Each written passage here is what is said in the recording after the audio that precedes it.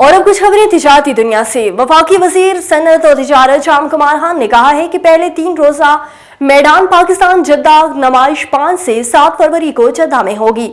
वफाकी वजीर जाम कमाल खान ने कहा है कि पहले मैदान पाकिस्तान नमाइश जद्दा तिजारत और सरमायाकारी के नए मौके पैदा करेगी। नमाइश पाकिस्तान की सनती महारत उजागर करेगी और पाकिस्तानी मसनूआत को आलमी सतह पर मुतारिफ कराने के लिए पहले मैदान पाकिस्तान नमाइश मुनक्किद होगी। और स्टेट बैंक ऑफ पाकिस्तान ने यौम कायद और क्रिसमस के मौके पर तातीलात का ऐलान कर दिया। स्टेट बैंक ने एलामिया के मुताबिक मुल्क भर के बैंक्स और दीगर मालियाती इदारे 25 दिसंबर को बंद रहेंगे। हुकूमत ने मुल्क भर में 25 दिसंबर बरोज बुध को आम तातीलात का नोटिफिकेशन जारी कर दिया। 25 दिसंबर को यौम कायद आज़म सरकारी सतह पर मनाया जाएगा, जबकि मसीही बरादरी क्रिसमस भी मनाएगी।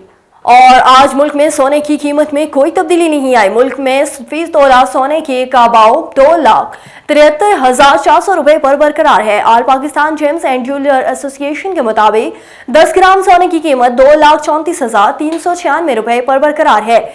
एसोसिएशन के मुताबिक आलमी बाजार में सोने की कीमत $2,622 फी औंस पर बरकरार है।